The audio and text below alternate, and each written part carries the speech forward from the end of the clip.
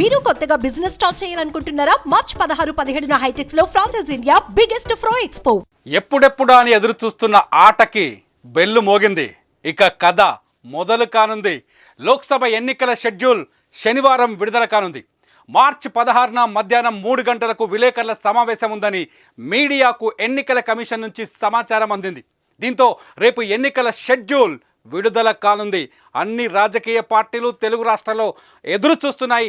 లోక్సభ ఎన్నికలతో పాటు అసోం, ఒడిశా, ఆంధ్రప్రదేశ్, అరుణాచల్ ప్రదేశ్ రాష్ట్రాలకు సంబంధించిన ఎన్నికల షెడ్యూల్ కూడా విడుదల కాబోతోంది. ఎన్నికల షెడ్యూల్ విడుదల ఇప్పటికే ఆలస్యమైంది. కేంద్ర ఎన్నికల కమిషనర్ రాజీనామా చేయడంతో కొత్తగా 2 కమిషనర్ల ఎంపిక గురువారమే జరిగింది.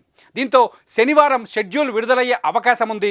రేపటి నుంచి దేశవ్యాప్తంగా ఎన్నికల కోడ్ అమల్లోకి వచ్చే అవకాశాలు ఉన్నాయి. అందుకే ఇప్పటికే కేంద్ర ప్రభుత్వం పెట్రోల్, డీజిల్ ధరలను తగ్గిస్తూ నిన్న రాత్రికి రాత్రే నిర్ణయం తీసుకుంది. అయితే ఏపీలో ఎన్నికలు మొదటి విడతలో జరుగుతాయా లేక రెండో విడతలో జరుగుతాయనే ఉత్కంఠ నెలకొంది. అయితే ఇప్పటికే అన్ని ప్రధాన పార్టీలు ఎన్నికలకు సమాయత్తమవుతున్నాయి.